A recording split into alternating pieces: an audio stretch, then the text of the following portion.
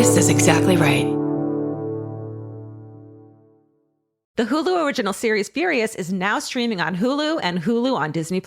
Starring Emmy Rossum as Alice Black, Furious follows a rookie FBI agent on the hunt for Catherine, played by Lola Pettigrew, a mysterious and calculating female serial killer. While Alice upholds justice, Catherine kills for it, terrorizing the rich and powerful men of New York in her pursuit of vengeance. With secrets that change everything, Alice discovers there's a thin line between hunter and prey. Watch the Hulu original series Furious. Now streaming on Hulu and Hulu on Disney Plus for bundle subscribers. Terms apply. Goodbye. By now, you've probably heard of Reef. They've been making iconic sandals forever. But what you might not know is that they also make ridiculously comfortable everyday shoes. The Neptune is a lightweight, everyday slip-on shoe with a crush-back heel, so you can wear it traditionally or step on the heel and wear it like a slide. Lightweight, breathable, and easy to wear, the Neptune is the everyday shoe your feet have been waiting for. I feel like so often you have to sacrifice cuteness for comfort, which is so annoying because I want both all the time. Everything has to be cute, but also I'm old and I want comfortable shoes. So I feel like the Neptunes are the perfect answer to that. Yeah, I love how cushy they are. They're like, they go with everything. They're really cute, but your feet are like on little clouds. Check out the Neptune on reef.com and redeem 15% off your first purchase. Goodbye. If you're thinking about your bra all day, you're probably wearing the wrong bra. Your bra should clock in, do its job, and clock out. That's where Honey Love comes in. Honey Love is an independent, female-founded brand with products designed by women who actually wear them. Honey Love recently launched their new crossover contour bra, which features their best-selling wireless crossover bra design, plus built-in molded light foam pads for extra support and a beautifully contoured shape. And Honey Love is now offering a crossover triple bra bundle. You can get huge savings by buying 3 at once. But Honey Love doesn't just make bras and shapewear. They built a full line of tanks, bodysuits, and underwear with supportive structure, smoothing fabrics, and premium finishes. Treat yourself to the most advanced bras and shapewear on the market. Use our exclusive link to save 20% off Honey Love at honeylove.com/MFM. That's honeylove.com/MFM. After you check out, they'll ask where you heard about them. Please support our show and tell them we sent you. Experience the new standard in comfort and support with Honey Love. Goodbye.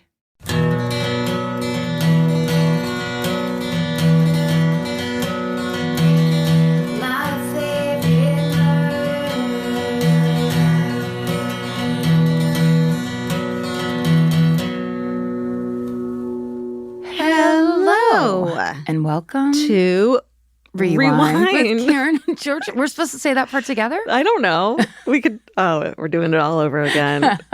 We have not fixed a thing. Take that's the 37. point of this show. Damn you people. So obviously, the whole point of this is we're going back in time to revisit old episodes. And we, of course, now have all new commentary on our favorite moments, things that we want to correct, things that, case updates, all that stuff. And we'll talk about everything that's changed along the way and reflect on the way things haven't changed. Yeah. Too. So gather up your favorite pet groomer and crabby barista and artisanal baker and gather them around as we have a re-listening party. And we can all be day one listeners together. Yay. We are rewinding back to episode 4 of My Favorite Murder that came out on February 11th, 2016. I mean, where were you on February 11th, 2016 before this podcast recording?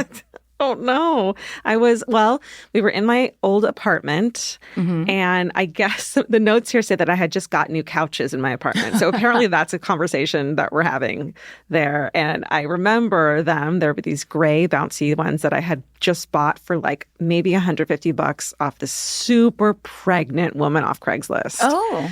And I was like really proud of them. They looked so grown up. And yeah, they were nice. Yeah. They were really cool. Yeah. And I think they didn't squeak like the other ones did. Yeah, I think that's why I got them.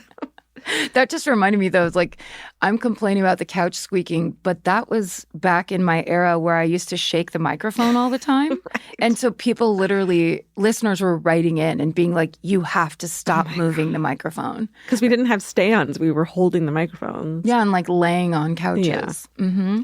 One of my favorite facts that was found out about episode 4 is that this was not a weekly podcast at the time. There was a 12-day gap between episode 3 and episode 4. And it says in the notes, someone wrote, do you remember why?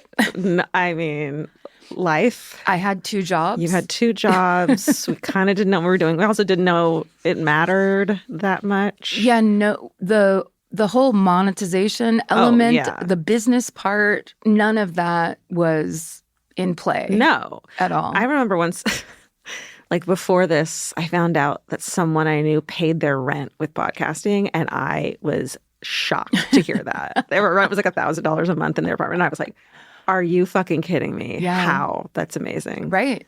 And I can say, in fact, there's a line I say in this podcast episode that says that I joke about how I can't write off these couches I just bought because podcasting is not a money-making venture. Everyone, don't quit your job. And you said, you never know. A rare moment of optimism and positivity coming out of my mouth. Yeah, it totally is. Like, yeah, it's wild. Yeah. So this was just love, and then real jobs were actually happening too. Yeah, we were making the time. We were trying. I was trying to do a Shonda Rhimes Year of Yes type of thing, where I was just like, I don't like anything else in my life. I better do something. Yeah. Oh God. Yeah. I was really unhappy as well at the time. It was rough. It was a weird, rough era. Yeah, it definitely felt like a pivotal moment in that I needed to start something new that felt good, that wasn't about, money making or anything like that. It was just about fun. Yes. And this was like a lifesaver for me in a lot of ways. Oh, yeah. Well, me too, because my life was dark. It was dark shit. Yeah. But also, yes, it was that kind of thing of like, after we talked at that party and then had lunch, it was that kind of thing of like, yeah, I just want to talk about this and I don't want to feel bad for talking about it. I want to talk to somebody that knows what I'm talking about so that we can go, oh my God, whatever. And like that alone, I think that was a dot that had not been connected for most true crime listeners or true crime fans. Yeah, it was very professional until these amateurs came around. Everybody had to keep it to themselves. And then suddenly it was the great unleashing of, we want to talk about this too. Definitely. Oh, this was the first episode where we did Recommendations Corner. Oh, yeah. Which is kind of great. It's not like we were like, oh, we have a big audience. We need to recommend some things. We were like, hey, do what we say from day one. All right. So here is the intro from episode 4. That's Karen. I'm Georgia. That's Georgia. 2 girls, 1 murder. Obsessed with true crime, both of us. With bad things. Bad things happening. We love it. We want to know all about it so it'll never happen to us. And it turns out so do a lot of other people. Yeah. Because lots of people have been telling us about how much they like it. We got a lot of emails from the last episodes of people telling us their town murders, which I love and is like so exciting. And we haven't read them yet because we want to surprise each other with it. Yes. But so many, I would look at the first line in Gmail and it would say like these little things because I'm fucking curious and I want to know what they say. But so many people are like, I was always so embarrassed that this was a thing that I was into, which I'm like, what? I'm trying to talk to everyone about it. I know. Well, that's how I felt when I was younger. Yeah. Like that I was like, crazy. Or people would think that you wanted to murder people. Right, exactly. And then the second I started doing stand-up and every other stand-up comic knew every serial killer backwards and forwards, I was like, oh, I get it. I wonder what it is. Anxious people? Yeah, it's probably. And it's so fascinating. Yeah. It's like the worst of humanity. Yeah. I wonder if it's a little OCD-ish too, where you're like, I need to know everything about this now. Yeah. And everything that's related to it. Yeah, please help me prepare for when I run face to face into John Wayne Gacy. Because now you and I are going to be able to fucking beat up any serial killer murderer. I found a new podcast, not new, it's really old, but they talk about murderers and stuff a lot. And maybe I shouldn't plug it because then it's like, go ahead. No, it's really good. It's called, have you Thinking Sideways podcast? No, I've never heard of that. It's like a girl and 2 dudes and they just talk about like weird shit. And a lot of it is murder. It's great. I like it.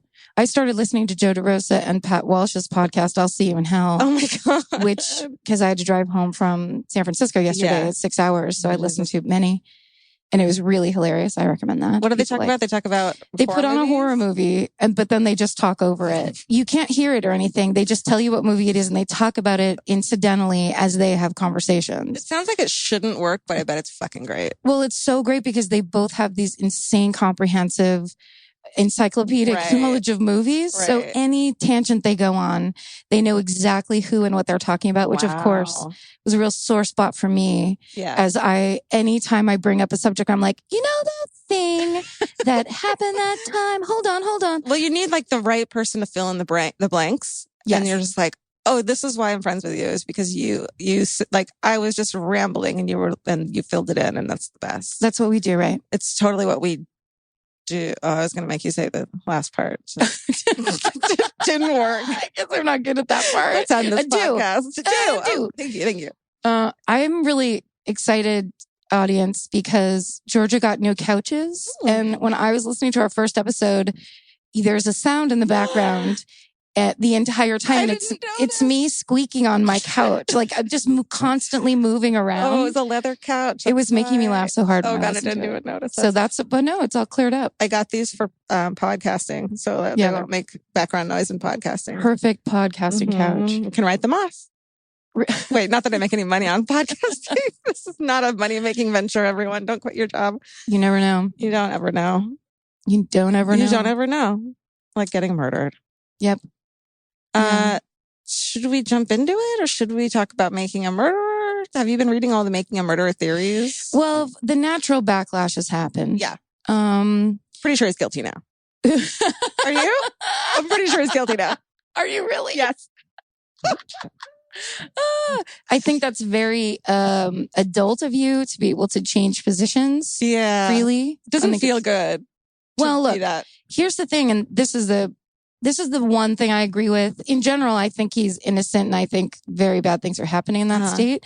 I think there's a natural backlash when you get kind of spoon-fed an answer, not an answer, but like a villain, and like, here's really what happened. And they're leaving just enough pieces free so you can put the mystery together yourself. Yeah. And then everyone thinks they got it and they're on it. Well, so there's always the hot take of like, no, actually. Right. Because everyone wants to know details. Right. Well, that's the problem, is the people who are looking up details are like, oh, this documentary was really one-sided and you guys left so much shit out, which makes me suspect of you. Yeah. And suspect of your conclusion. God, Making a Murderer was just as big of a thing. It was on par with The Staircase. Yeah. Like, it was like boom, boom, boom with those HBO documentaries. They were good. And then Serial, of course, like huge fucking shout out to the podcast Serial, of course. We're like, I just don't think that this would exist without it. No. So that was going on. People were like suddenly realizing that there is a big interest in true crime. So in episode 4, I go first and tell a story that it is truly still in my top 5 worst, most upsetting stories. And there's a documentary called Cropsey that was made about this story that's amazing, and please go watch it and rent it. I think we talk about it. The story, like, this is one of those onion layer stories where it starts bad and gets worse and then gets crazy, and then you're like, what are we even talking about? Yeah, it's straight horror. It's like what horror stories are based on. Yes. Truly. And the original, I mean, there's definitely documentaries about the exposure of Willowbrook Hospital and all of that story in and of itself. But then this wrinkle of the Staten Island local serial killer, child molester, like, so horrifying. And this is a person who had been arrested for attempted rape, and he was driving a school bus. Yeah, that's what it was like back then. Truly, like, just illogically bad. Yeah. So here is Karen telling you the story of Cropsey.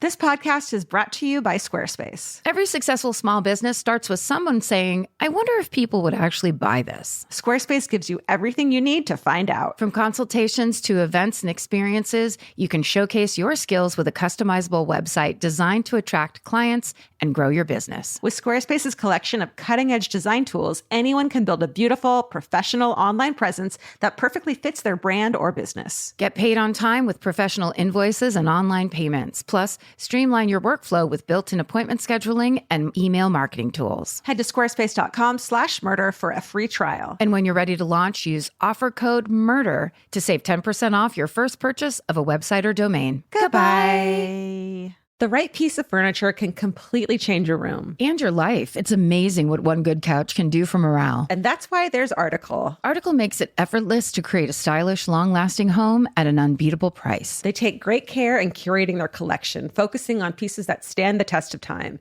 There's no filler. Every item is chosen for its craftsmanship, design, and lasting value. And with Article's 30-day satisfaction guarantee, you can shop with confidence, knowing that if you're not completely in love with your new furniture, you can easily return it. I recently needed to replace my old outdoor dining room table and chairs, so of course I went straight to Article. They have the Sarik outdoor dining set. I got it in khaki green. It's such a cute, like minty green. It looks so good in my backyard. I can't wait to have alfresco dinners all summer.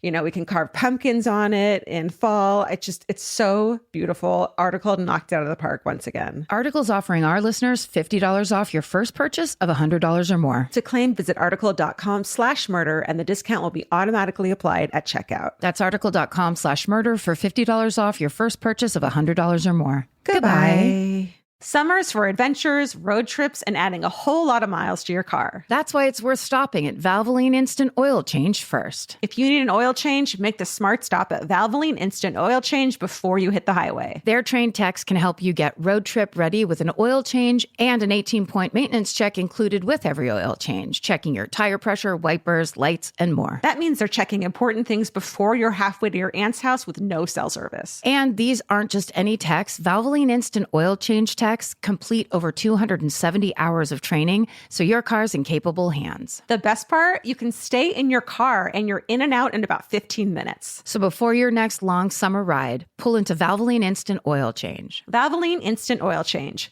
Change wisely. Goodbye. Hey, Karen. Hey. What's your favorite murder? Well, I thought it would be good that I would do a little damage control since on our last episode, I was so sloppy and inaccurate talking about Cropsey. That was one of the ones where we were literally guessing what the name of the thing was I was trying to talk about. We've let everyone know that this is not an official report of anything that's happened. We're not doctors. You're looking in the wrong place. If that's We're what not you want. therapists. But the story has all of the elements of murder, creeper, urban legend story, everything I love. It's got a mental hospital. It's got the woods. It's almost like that's too much if someone had written this thing. Yeah. It's like you can pick one or the other, but you can't have a mental hospital in the woods. It's crazy. Haven't seen it in so long. Tell me everything. Okay. So this is the story of Cropsey was an urban legend on Staten Island. And there was a hospital named Willowbrook, and it is a hospital for mentally challenged children. And they built it in, say, like the early 40s. And it is on Staten Island, set in the woods. And already creepy as fuck. It was a state institution, and it was built for 4,000 patients. But by 1965, it had 6,000 children in it. It was built for how many? 4,000. Oh, so it was way over capacity. And this was back when people used to dump their children. So, and it didn't matter if they had Down syndrome or if they were very, very, there was something really wrong with them. Or they had like cerebral palsy. Yes. And they would just be like later Tons days. of cerebral palsy kids were completely intelligent and 100% there, just dumped. And so what ended up happening was, of course, because it's like a state funded hospital, so it's overflowing with patients. What's the word I'm looking for? Got it. It's good. Go with it. Understaffed, overpopulated. And so they end up a reporter finally goes in. When we talked about it on the last episode, I said something really grandiose, like Robert Kennedy shut it down, but Geraldo Rivera. So but Kennedy saw it in the 68 and said, this is a snake pit. This is a disgrace. And they started doing all these reviews. And what had happened was all these children being in this close proximity, they found out it was like they were just in rooms naked, being hosed down. Horrible. There's no lighting. It was crazy. And a bunch of them started getting hepatitis. So then they had medical studies where they were testing hepatitis on these children. Right, they're like, might as well do some fucking scientific testing. Exactly. And they were basically giving them all hepatitis. They were getting it. It was so anyway, with all of this, these social workers finally went in there, saw the conditions. They got a reporter in there, and that's what led. So a woman started writing exposés for like a local newspaper, and then that's how Geraldo got on the scene. He worked as an investigative reporter for WABC in New York. So he went there, and they did an expose story that ended up winning a Peabody because it was so. And they just kind of like, they went when their doctors were gone and stuff, right? Or the doctors let them in? I don't know about the Geraldo part. Okay. I don't know how he got in, but we talked about this before. When you see the videotape, and there is a documentary called Willowbrook, like it's something like The Great Shame or something like that. It's it gets mentioned a lot in all the research, but he basically went in and like the only lighting was the light on the camera. It looks so like creepy. It looks like a American Horror Story, like Asylum, like totally just exactly what you think it's supposed to be like. It would be like 30 kids in a room, naked, sitting on the floor, a cement floor, rocking back and forth. And then they talked to one guy, and he was like one of the patients, and he's like, I have cerebral palsy and I am completely mentally functioning on 100%. Yeah. And and I'm trapped in here. Right. Nightmare. Okay. So that alone is a nightmare. Terrifying. That's Willowbrook nightmare. Okay. Geraldo being in it isn't great, but it ends up, with all that in the expose, they passed legislation, but about like, the rights of, civil rights thing for patients and stuff, all this stuff. Well, so then the urban legend pops up. So they ended up closing it in 1987, but they basically closed it in 72 or 4. After this expose came out, they shipped all of the patients to all different hospitals around, and there was only like 200 patients left. So it was basically empty. And that's when the urban legends started, where it was, there's a mental patient that's still on the grounds because there's a tunnel system underneath the hospital. And he's living in the tunnels at night. He comes out and steals children. And that was the big thing on Staten Island in the 80s. Oh my God. How fucking terrifying to live in Staten Island. Crazy, right? Yeah. And so the high school kids, the big thing was go through the woods and get to the mental hospital and like touch the wall of it or whatever. Absolutely not. And Cropsey's out there with you. So, and there's a great documentary called Cropsey where they go into all this. They have all the information that you need if you're fascinated, because it's really good and fascinating. So just imagine like parents in the 80s being like, you be good or Cropsey's going to come get you. Yeah. In Staten Island. And you're like, well, actually that could happen. So anyway, now we're going to introduce a new character in this story. Okay. And it's a man named Andre Rand. And he was, he's described in one of the pages that I read as a mentally incompetent convicted sex offender. That sounds fun. So he's got it all. Yeah. And he was a janitor at Willowbrook from 1966 to 1968. I feel like anyone you're going to hire to be a janitor there, you have to be like, no, you're fired because why? Like, you're crazy, clearly. Yes. So this guy gets the job in 66. Well, in 69, so he works there from 66 to 68. In 69, he attempts to rape a 9-year-old girl. And just by chance, a cop car is driving by. He takes a 9-year-old girl into his car and to an empty lot and, takes off his clothes. Her clothes are off. A cop car drives by. Sometimes life works well, I mean, yeah, go on. This is an upside. This is one upside in this hideous story.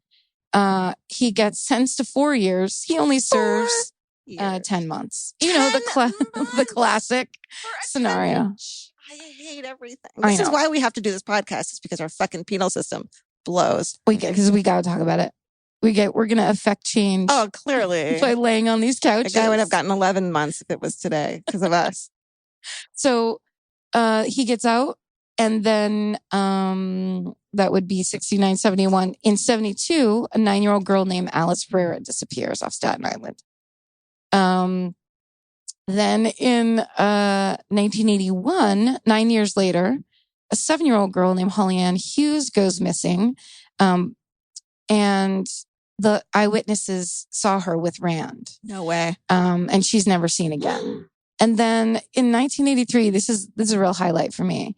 He picks up 11 children from a YMCA in a school bus, takes them to White Castle, and then drives them to the Newark airport for 5 hours. And when he gets back, he gets arrested for kidnapping. Who the fuck is letting a guy who's been in prison for attempted rape drive a fucking bus of children? A school bus. Come on, the 80s. He rapes a 9-year-old, tries to rape a 9-year-old, and then goes ahead and gets a job driving a school bus. The 80s needs to go to prison for fucking... So this was back before we realized children were constantly in danger. So in 83, an 11-year-old named Tahese Jackson disappears walking to the store. And this is 12 days after Rand is released from prison. bet he was buying cigarettes for his mom. Like, I bet that's what, Yeah. like, that's the 80s. I think that's what all of this is, because Staten Island is not that big. No. And I think it's like run down to the store for mommy. And it's probably one of the girls lived in a motel. It's bad news anyway. Okay. So that was 11 days after he got out of prison for the kidnapping? 12 days. Fuck. 12 days. He does that. And that's the same year he did so he did the YMCA school bus trick and then gets out of prison. 12 days later, this kid goes missing. It's a girl. And then in 84, a 22-year-old guy who was a really low IQ goes missing. And then in 87, a girl named Jennifer Schweiger goes missing and she has Down syndrome. And several eyewitnesses saw this guy, Andre Rand, leading her by the hand toward the woods. I mean, that alone, there's your poster for the horror movie. Fake. So, they start searching for her. And after 35 days, they find her nude body in a shallow grave on the Willowbrook property. And then a couple feet, several feet away, Andre Rand has a makeshift campsite. Okay. He's been living on the Willowbrook grounds, and the whole urban legend is true. And they eventually charge him with kidnapping and first-degree murder, but they can't make the murder stick. And he goes Jennifer to prison Schweiger. for 2 years. No. They get him for first-degree kidnapping, and then they bring back. And then once he's in jail for that, he gets like 20 years. Okay. Then in 2004, they put him on trial for the Holly Hughes disappearance, and he's convicted of kidnapping. And now he's set to get out in 2035 or something like that when he's 95. So he's in for good. They also linked him to the disappearance of Ethel Atwell and the rape murder of Shin Lee, who were both Willowbrook aides. I bet. So, oh my God, that sucks. He's man. a beast. And it's basically the most fascinating story of that it all was true. What a bummer to go to work and then you get killed. Like, don't go in the woods. Don't walk to the store by yourself. But you're like, I'm just going to work. Just going to work. Just trying to pay my rent. Oh, fuck. So that's Cropsey. That's a good murder. I mean, that's what's good about it is it's the worst thing I've ever heard in my life. That's the stats on this show is like, what's the worst thing you've ever heard in your life? I mean, don't you want to? Why hasn't anyone gone into the tunnels in that hospital and like dug around archaeologically and tried to find Karen, 100th episode? Let's fucking do it. We get a school bus full of 11 children and drive them to Staten Island. PayPal us the money to get plane tickets to Staten Island and to not stay on Staten Island because fuck that, we're staying in Manhattan. We got to stay in Manhattan. Yeah. We got to see Hamilton. Yeah. We got to go to the shoe stores. Yeah. Then Cropsey. Oh, brother. I will not walk through those tunnels. My suggestion of our 100th episode, we take a walk through those Cropsey Hospital. Obviously didn't happen. We're aiming for episode 500 now. We're going to do episode 1000. Yeah, exactly. Which means never. Yeah. The reason I covered this story in episode 4 is because in episode 2, I tried to kind of tell you about it a little bit and did a bad job, which is the recurring theme, apparently, of my side of this podcast. Fix it. That's what this podcast is called. Make up for that shit you did. Yeah. And back then we'd pick I think in the very beginning, we pick stories. I mean, for me and for this next story that I tell that has stuck with me for so long that I haven't been able to talk to anyone about. And that's what's so fun about this podcast is I finally get to be like, can you believe this happened and then this happened? Because I've been keeping it to myself this whole time. Yes. And it's been keeping me up all night and I can't stop thinking about it. So like, this is a great way to get that, to like exercise those demons. Yeah, totally. I did it that way too, where I just went back and was like, what are all the times that I have traumatized myself on Wikipedia? Late night reading. And by myself going, oh my God. Can you believe this? How is no one talking about this? Yeah. That was really cathartic. Yeah. Cathartic. So as I said in the episode, Andre Rand was only ever convicted on kidnapping charges that involved 2 children, 12-year-old Jennifer Schweiger, whose shallow grave was found near Rand's campsite, and a missing 7-year-old girl named Holly Ann Hughes. Turns out that Andre Rand is still alive in jail. He'll be eligible for parole in March of 2037 when he's 93. But he's also connected to several unsolved cases. And I mentioned a few of them. So 10-year-old Thais Jackson, 22-year-old Hank Caforio, 44-year-old Shin Lee, and 42-year-old Ethel Atwell. But it is suspected Rand is linked to multiple other cases, including cases around the disappearances of multiple children on Staten Island. Oh my God. Horrifying. So horrifying. Okay, so my story this week is the murder of Michele Wallace. My source was Forensic Files Season 9, Episode 4, where I saw this for the first time and just was so blown away by the monster that perpetrated this crime. And it's stuck with me for so many years. So here is the story of Michele Wallace.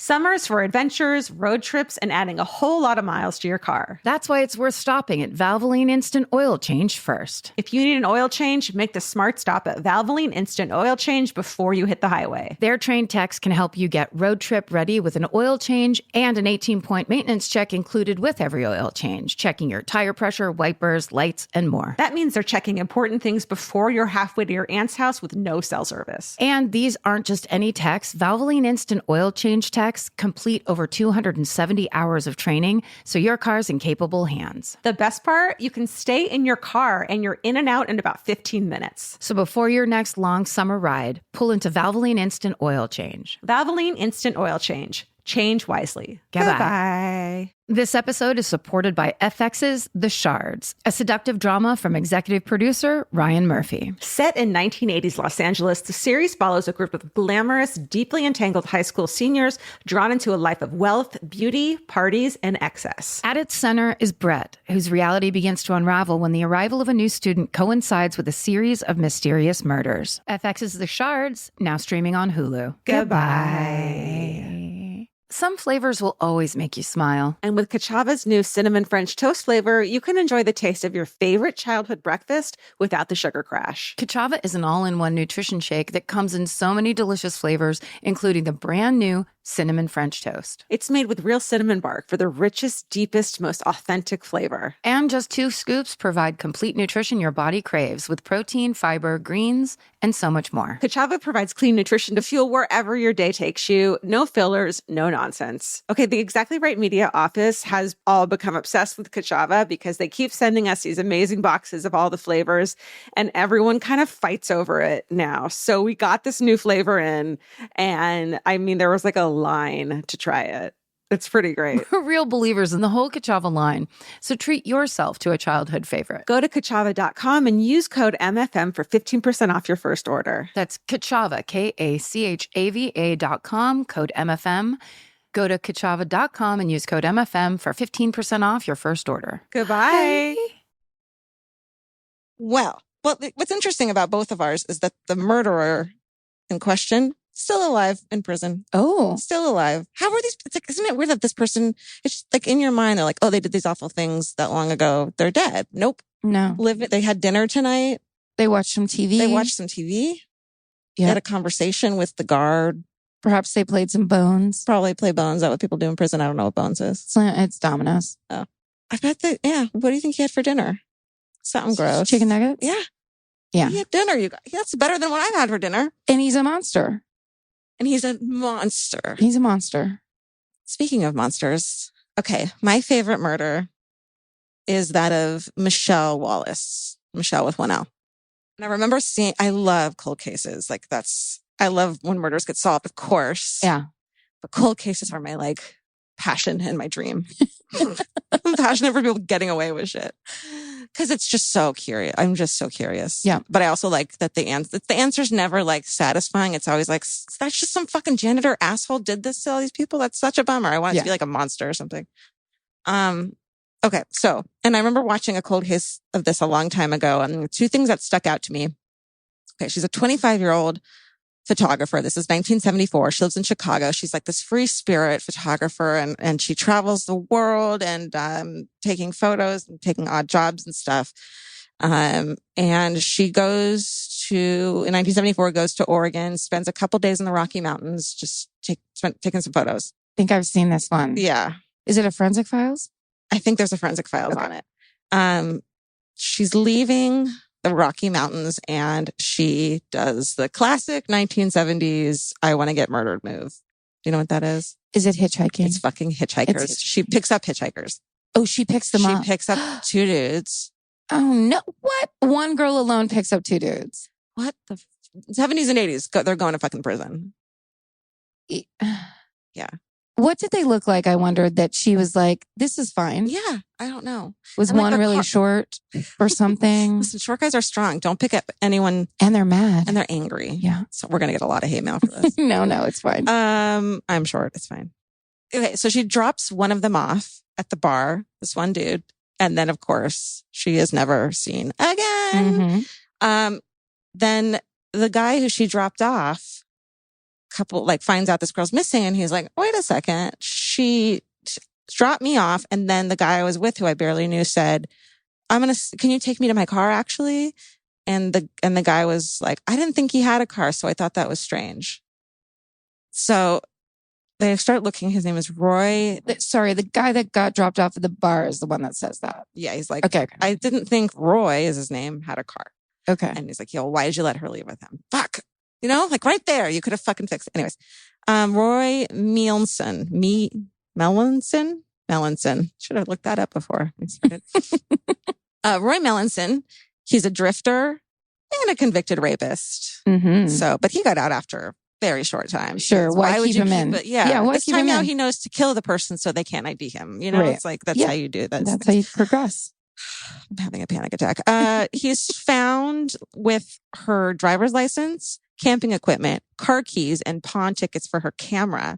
And this is one of my favorite parts of why it stuck with me. And I can't fucking find this online now. Some reason it's not up there anymore.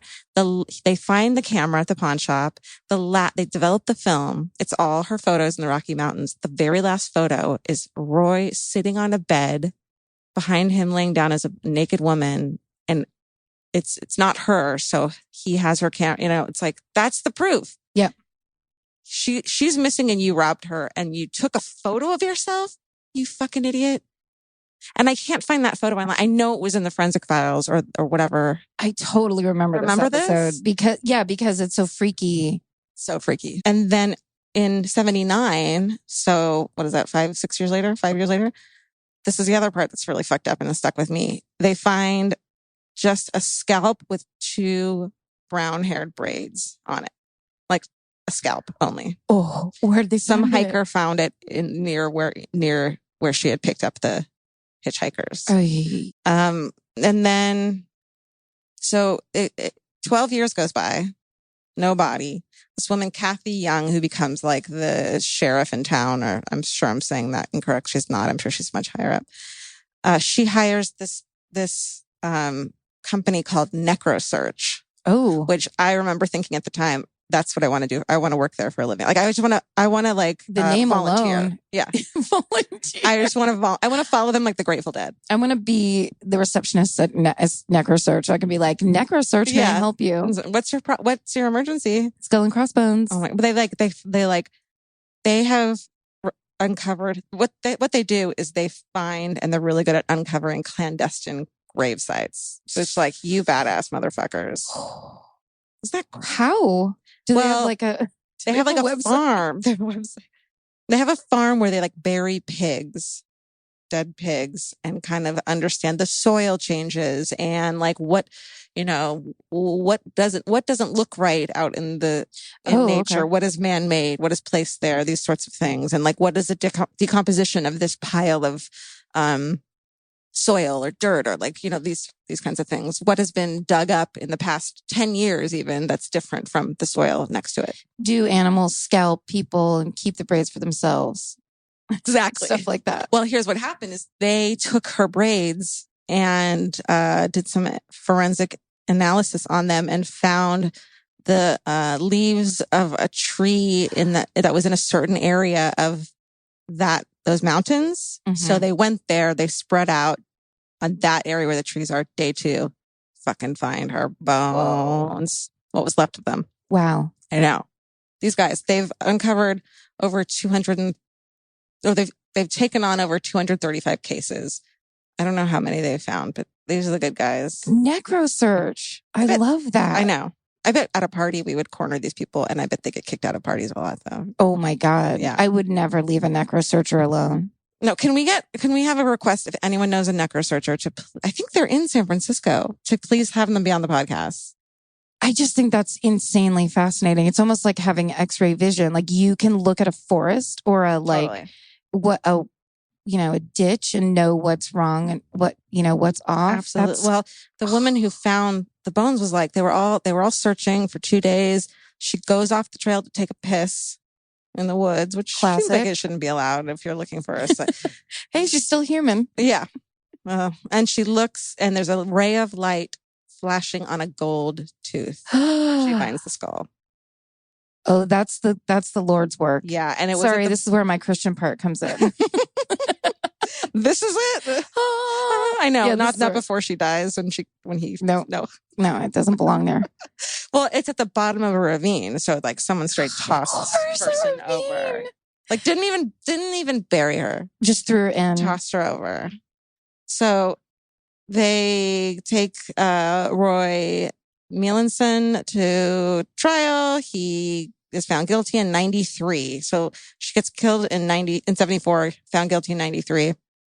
Since then, and I didn't know this until I started looking up to it, he's been convicted for another murder, which happened 50 days before Michelle's murder in Napa in 1974. Yeah. Woman who was stabbed to death at a bar she owned. And they found a cigarette butt that had his DNA on it, put it through the fucking CODIS, the most amazing thing in the world.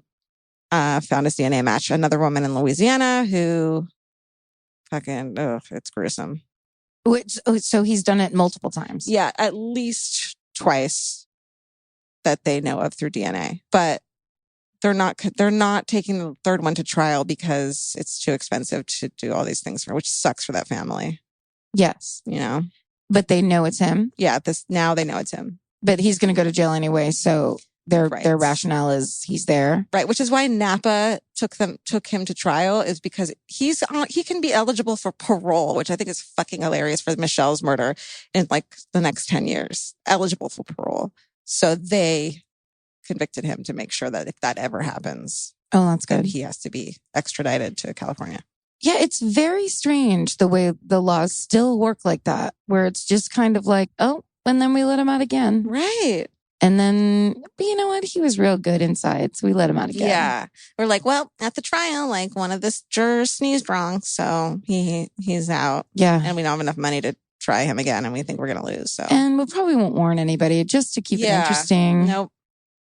The good thing about all of this is that hitchhiking pretty much doesn't exist anymore. Thank God. We've talked about this before. Like, I don't even understand, like, I know it's like an innocent time and shit, but like, I don't think that's common sense any time in your life, No. at any point in history. No. I mean, think of like if you were at a party with your friends' friends, you probably wouldn't want to be in a car with any of those people. Yeah. And those are like cold. So imagine if it's just anybody driving down the street. Have you ever hitchhiked? Is that negative of me? No. No. What are you don't want to be at a party with your friends? No, I've never hitchhiked. I've never done anything like that. I think I have when I was a kid, but like with a friend. And I think the person it was like an Irvine where it's just like the safest place in the world. But it was idiotic. And I think the person who picked us up yelled at us. I did pick up 2 girls who were in junior high. We were driving home. We were driving up to Petaluma from LA, me and my ex, and we stopped at a gas station, and there were 2 little girls that couldn't have been more than 14 years old sitting at this gas station. It was 2 a.m. And they were trying to make phone calls. The whole time we were getting gas, I was watching them, and they were trying to make phone calls, and they were doing this stuff. 2 in the morning? 2 in the morning.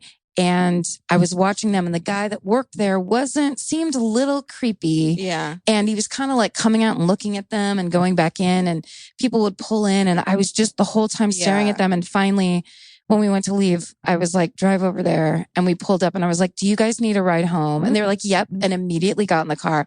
And I was like, first of all, never get into a car with people. And then secondly, did you go to Lou Sutton Grammar School? And they both went to my sister's grammar school.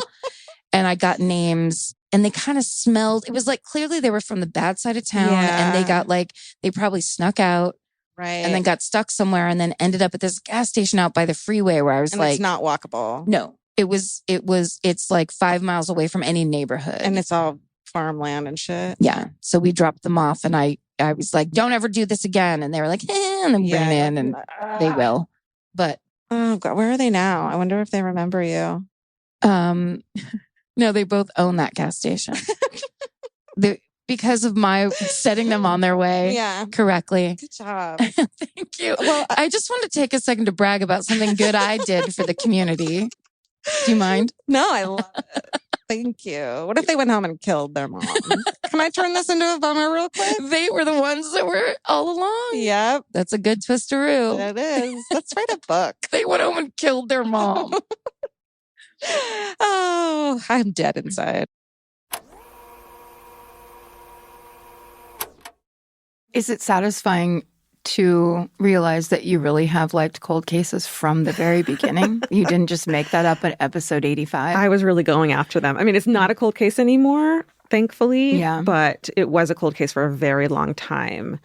And the way it got solved is amazing. So the book that I have since recommended a million times in this podcast called No Stone Unturned by Steve Jackson talks extensively about this case because it's a book about necrosearch and what a huge part of solving this case and finding evidence they were for this story.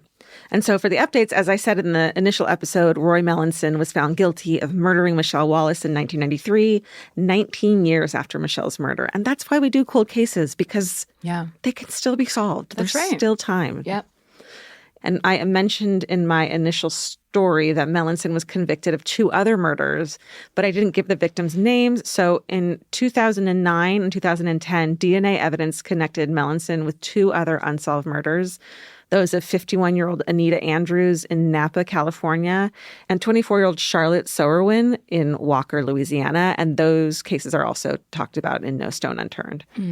And Melanson was only tried for the murder of Anita Andrews in 2011 and received an additional life imprisonment term. And Melanson died on May 22nd, 2020, at the age of 83 in prison. And actually, which is, just part of it is law enforcement agencies are still trying to review cold cases around the country to connect Melanson to any of those cold cases I talk about all the time. Right. So, yeah. That is a really creepy thing too. Some of these serial killers and some of these murderers they're interpreted by police as one-off, like rage killers or whatever. Yeah. Crimes of passion type of thing. Yeah. When they find out and uncover, no, this has been going on for a long time. Yeah. And actually, it's not just in this jurisdiction or this area.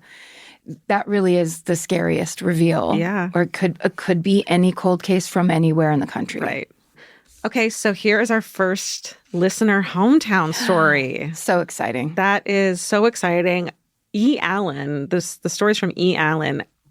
Can you please comment and let us know if that's you? We need to give you all the credit and like send you merch and shit because... Yeah, for real. Right? That's somebody who... You came up with the idea of tell us your hometown. I gave out my personal email address. You gave out... I almost said it. And then people actually responded. Yeah. And E. Allen is the person who was like, this is the example of what we want people to be doing. Right. So you deserve all the credit. We need to hook you up and shout you out. Yeah. And if you only want to remain E. Allen, that's your business. That's fine too. But E. Allen, let us know. Let us know. But E. Allen, I gave you my personal email address. So I feel like it's only fair that you give us your P.O. box so we can send you a Stay Sexy, Don't Get Murdered shirt. It's like... E. Allen, I want your fucking phone number. I want to read one of our... So at the end of the show, we like to do your favorite or your town... No, we do your town murder. Yeah. So either we'll have a guest tell us a story or we're asking you guys to send us your stories. Should we start at my favorite murder Gmail? I probably should. Sure. Let's do it. My favorite murder Gmail. And then there's also a Facebook group. So you can start... Facebook page, we call it. Facebook page. Group. Page? I think it's a group. I don't know what I said. Last time you just called it plain old Facebook page and it made me laugh really hard. We have Facebook page. We have Facebook page called My Favorite Murder, and you can tell your story on the front page. On the front, like tell everyone your shit, and like you guys should like bond over it and stuff. I feel like I should also start a Twitter account. Maybe this is business that you guys don't need to hear about, but I should because it seems like that's also a good way for people. You're really good at that, and it stresses me out to start from zero followers. I'm really good at starting Twitter accounts. No, you're good at Twitter. Oh, thanks. It's my passion. I'm really bad at it. I started like a year ago because I hated it, and I hate it now because it's a difficult exercise. Yeah. It's can you handle putting things out there and wanting something in return and not getting it? No. Well, or can you? Because you do it and then you get stuff. It's true. I do get stuff out of it. Okay. Yeah. Start one. Let's do that. Okay. By this point that people are listening, it's going to be up anyways. Okay. I've made a whole file. Should we, let's see. All right. I'm going to close my eyes and scroll and pick one. Great. And if it sucks, then we'll delete it and start over. Okay. Oh, my favorite murder, Adam Walsh case. Here we go. Oh yeah. This is from E. Allen. It's very fucking long. Ethan Allen, the furniture maker? Ethan Allen. Hello, Big Georgia. fan. Big fan. What a great podcasts. Thanks. My info relates to the Adam Walsh who was abducted in 1981 from a mall in Hollywood, Florida. In 1978, my dad had this great idea to move our family to Florida to get away from the brutal cold of Western Pennsylvania. His growing paranoia and black ice phobias that killed my social life. Oh, I thought he was going to say killed my... we're not allowed to leave the house. Can I skip over shit? Is that dick? I think so. Okay. By 1980, I found my first job at the Hollywood Mall, in Woolworths, working at the snack bar, free pretzels and ice cream. But sadly, the icing machine was always on the fritz. The mall was close enough to our house that I could ride my bike to it in about 15 minutes. I remember that it was an indoor mall with a lot of tropical plants, pastel colors, herds of seniors, and totally 80s vibe. The location of Adam Walsh's abduction was the Sears department store at the Hollywood Mall. Now, I wasn't working July 27th, 1981, the day when 6-year-old Adam was abducted, but the news coverage was nonstop beginning that evening. From what I remember, Adam's dad, John Walsh, was the police's top suspect to begin with. Mm-hmm. There was lots of silent and not silent judgments from neighbors and community people being about him and his wife, Reeve. By the way, they're still married with new replacement kids, he says. Oh, no. Jesus. That's the joke we made, though, right? Yeah. We made that about Jean Benet Rand. I think we opened the door on that. Yeah. Of right. Like, have some replacement kids. Oh, my. Yeah. Oh, right. Don't have Sounds pretty one. harsh, though, when you read it back. Yeah. Okay. So here's the freaky part, he says. My mom worked locally and came home for lunch that day. On her way back to work that afternoon, in which she had to drive right by the mall, she remembers being tailgated towards the freeway. The person eventually pulled around her to get by. It was to the point of her getting a good look at the vehicle and thinking the person was really in a big hurry. When the news of Adam's disappearance was on every local TV station, the police begged anyone with info to call. A tip reported by a witness said they saw Adam being pushed into a blue van by a blonde man when he was abducted. When we heard the info about the blue van on the news, my mom started screaming that the blue van had been tailgating her that day.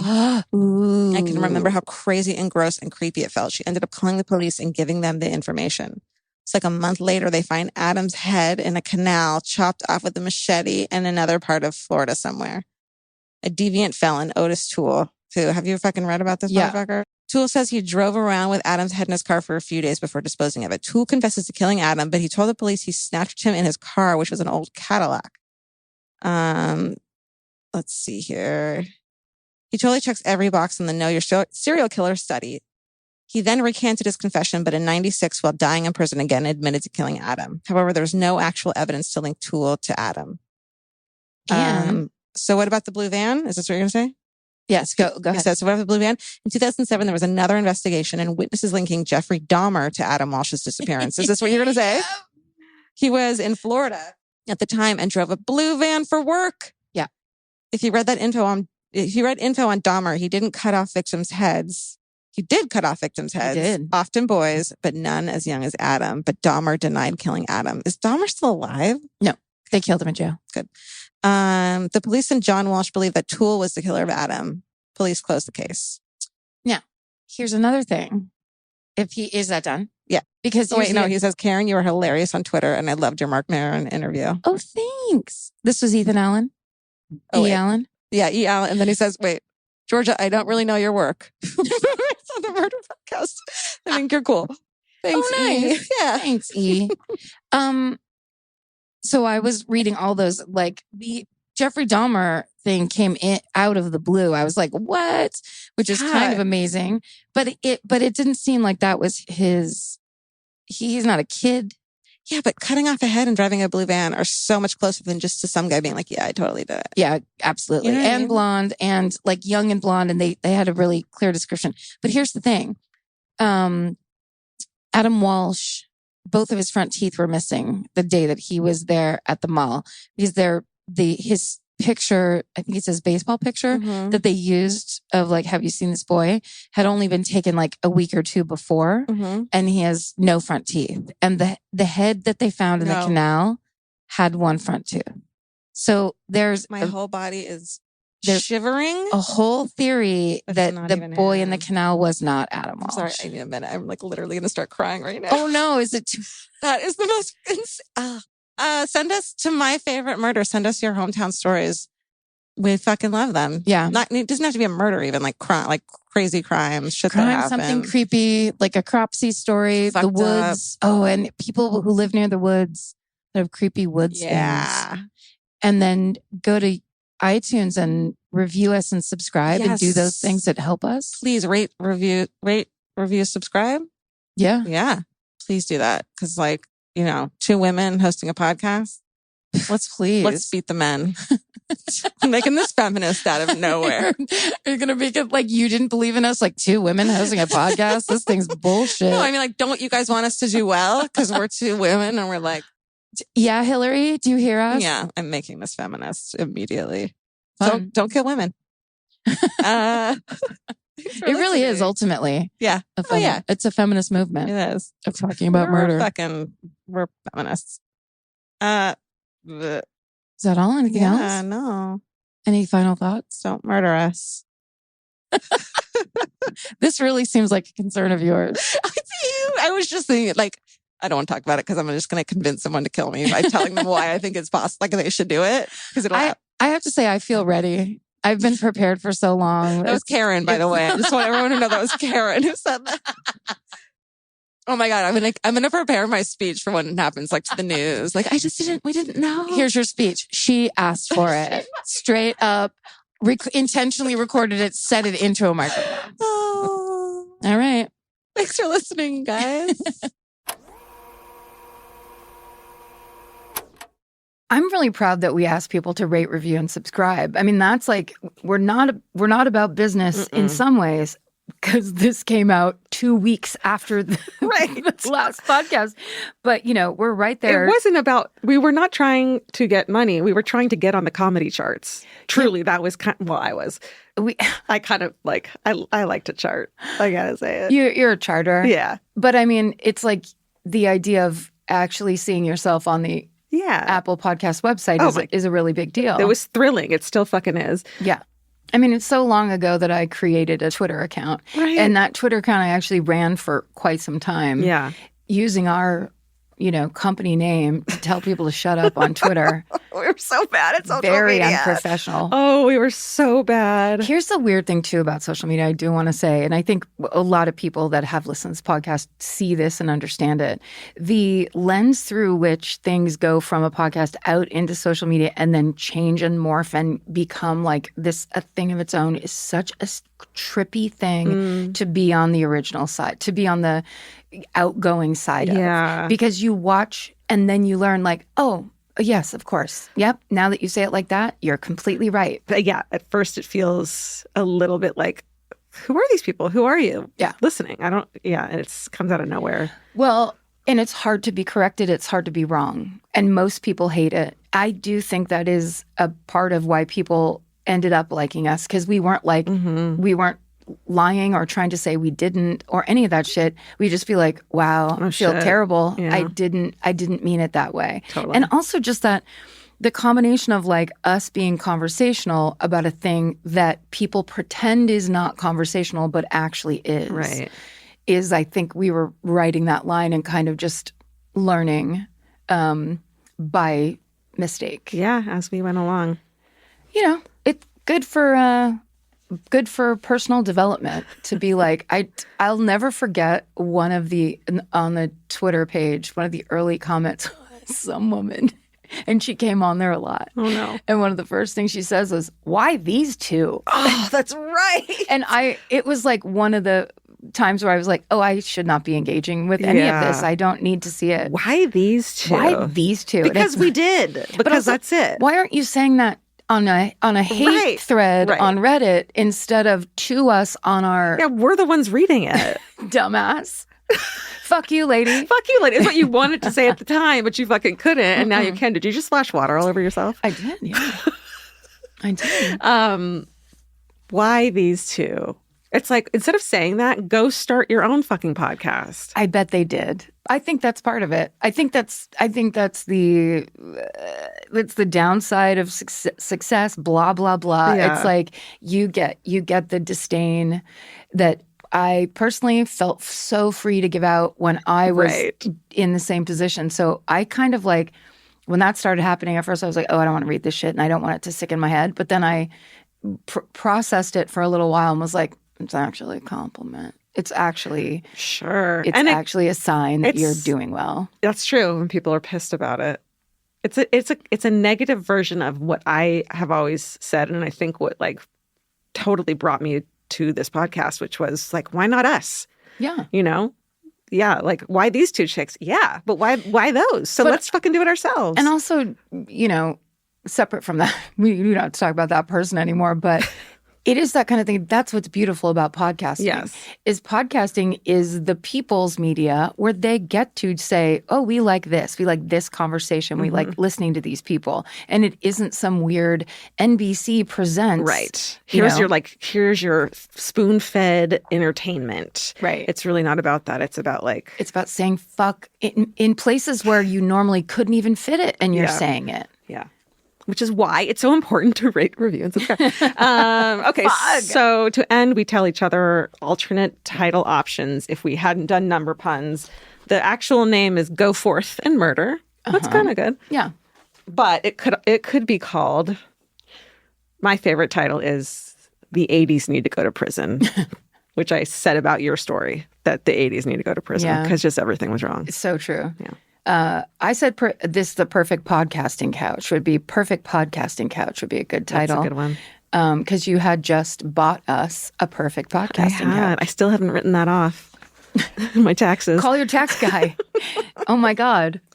You can get that back. I wonder, oh my God, the pregnant lady I bought the couch from is like 8 years old now.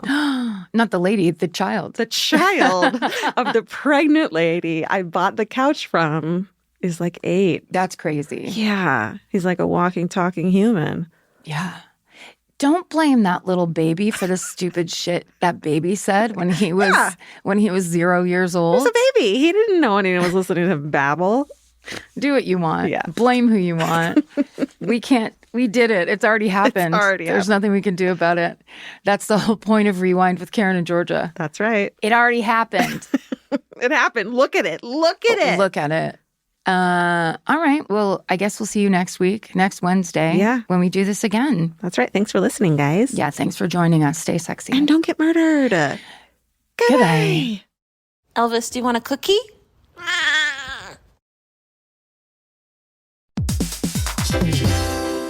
Hey everybody, here's the thing about other home security systems. They're all designed for after the window breaks, after someone's inside, after you get the notification, after the police come. SimpliSafe is the first system designed for before, stopping a break-in before it even begins. That's right. Unlike traditional security systems that only alert you after a break-in is already underway, SimpliSafe is designed to help prevent the crime before it starts. Their cameras can detect suspicious activity at the perimeter and alert live U.S.-based agents. Then SimpliSafe's agents assess the threat, intervene, speak through the camera to scare off the intruders, and call for 911 dispatch. That's right, and SimpliSafe has been protecting your world for 20 years, everybody. So celebrate their anniversary and save 60% on your new SimpliSafe system at simplisafe.com/stuff. That's 60% off, you guys, at simplisafe.com/stuff. Plus, when you order, write in our show name and the How Did You Hear About Us survey to let them know that we sent you.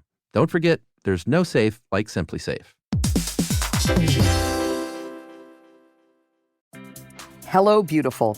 I'm Amy Errett, founder of Madison Reed, a hair color company I named after my daughter. I started Madison Reed because I believe women deserve better.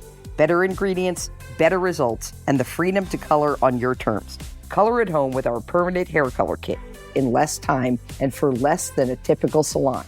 It's a salon in a box for rich dimensional color and 100% gray coverage.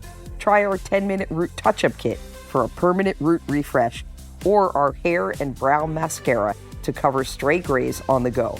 Or visit one of our 95-plus hair color bars nationwide and let our licensed pro colorist color your hair for you. Visit madison-reed.com and join more than 5 million women who've made the switch to our award-winning color. Confident, bold, unstoppable. That's the power of Madison Reed. Vacation planning should feel like a breeze, not a deep dive into countless travel sites searching for the best deal. With Cheap Caribbean's Budget Beach Finder, you can search every destination and every date all in one search. You'll save time and money with the Budget Beach Finder. Say goodbye to endless scrolling and tab hopping, and hello to Budget Beach Bliss at your fingertips. Go to cheapcaribbean.com to try out the Budget Beach Finder and see just how stress-free vacation planning should be. Goodbye.